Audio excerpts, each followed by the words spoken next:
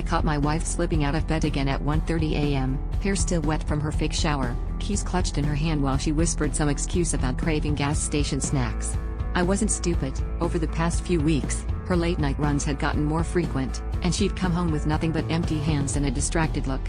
The tension between us was thick enough to choke on, but I kept quiet, hiding my own secret. I'd been hooking up with her ex's sister for months, a twisted revenge that started as a joke and spiraled out of control.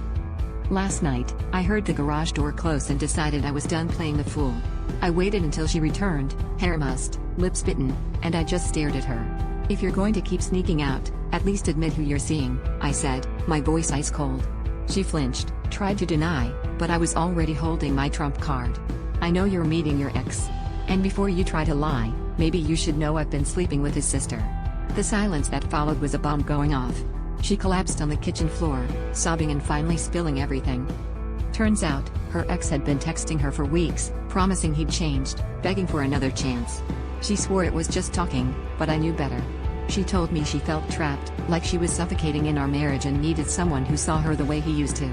I wanted to scream, to break something, but the truth was I wasn't any better. I'd been using her ex's sister to fill the same void, pretending revenge was enough to make me feel alive again.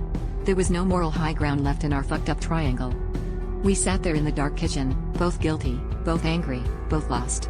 The real twist was realizing I didn't even know if I wanted her back, or if I wanted to keep destroying myself out of spite. When the sun started to rise, we still hadn't decided who was leaving.